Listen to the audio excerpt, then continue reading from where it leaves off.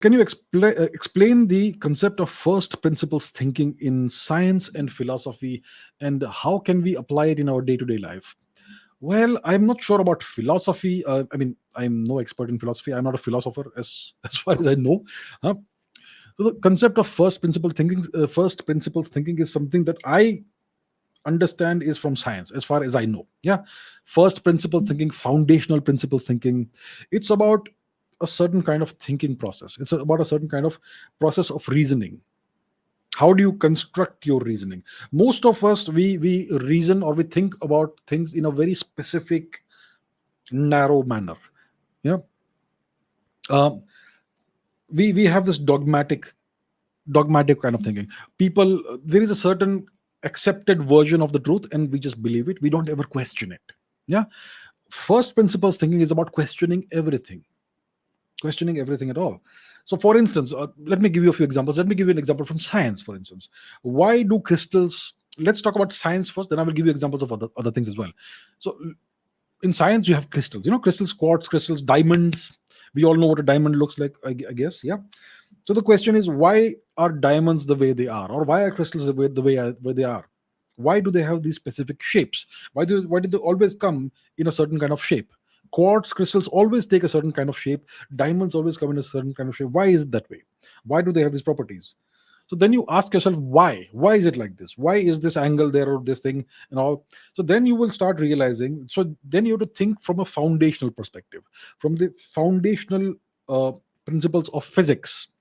So, what laws of physics apply to crystals? And then you will realize that none of the Newtonian laws of physics apply to crystals. Then you will realize, if you go dig deeper into it, that a crystal is a macroscopic quantum bound state. It's a purely quantum object. It's a giant molecule. That's what a crystal is, and its properties depend on what the crystal is made of. So in case of diamond, it's a tetrahedral carbon crystal. Yeah, one carbon atom attached to four different carbon atoms and all that, which gives it this incredible strength, hardness, and all that.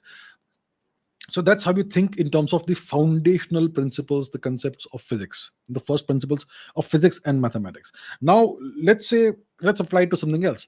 Let's say you have a kid and you tell the kid, okay beta, it's 9 o'clock in the night, let's go to sleep. And the kid will say, why should I go to sleep? Kids are really good at thinking from first principles, because they keep asking why. And most parents will say, no, it's why, because I tell you so, I said so, that's why. That's not how it works. So then you force the child to accept dogmatic thinking instead of answering the question of why.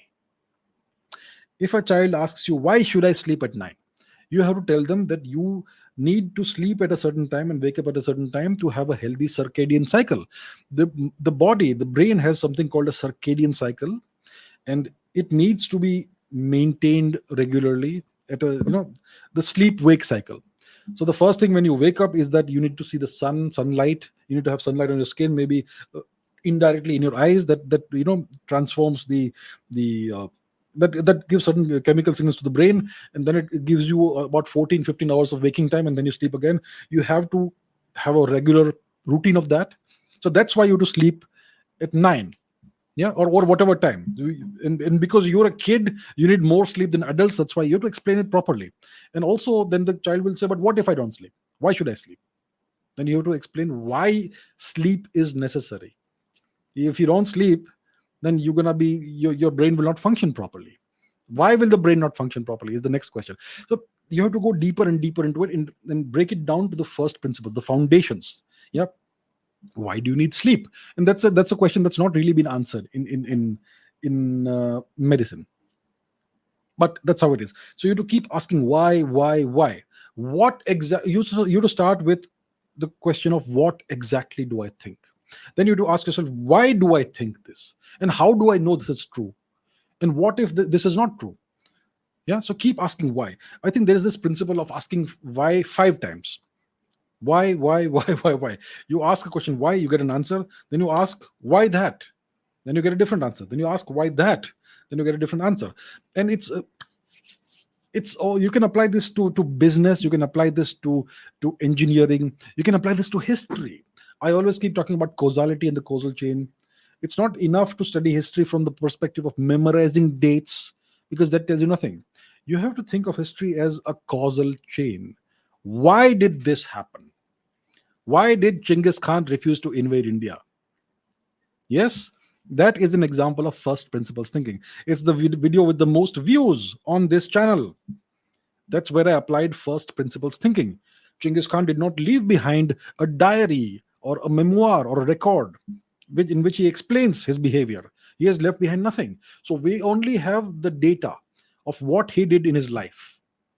And then we have to apply first principles of human psychology and the laws of power and geostrategy, and try to figure out why he did something. Why? So that's how I was able to deconstruct why he refused to invade India. Because you have to go through his entire life history, all the decisions he took, to understand the thinking patterns and the behavioral patterns he had, the decision making patterns he had. Then you understand what his motivations are, what his psychology is, and then you can understand. Then you use that and apply it to his decision of the question that he had: should I invade or not? And when you understand the pattern and the thought process and the psychology, then you will understand why he did not invade India. It's all about first principles thinking. You think this way, you will have a much better chance at success in the various endeavors you are in life. If you think of, if you have the different thought process, the dogmatic thinking, that you just think what everybody else wants you to think, the accepted wisdom, then there will never be any human progress. For instance, when I was a kid, not when I was a kid, when I was in college and all, I always used to eat an ice cream when I had a cough or a cold. Now this goes against all accepted wisdom. We know that if you are someone who is accustomed to living in a warm place, and you go to a cold place, let's say you go to Ladakh in winter, where right now it will be minus 10 degrees in Leh or something, minus 10, minus 15 degrees. Yeah, your nose is going to run, you're going to get cough and cold and all that.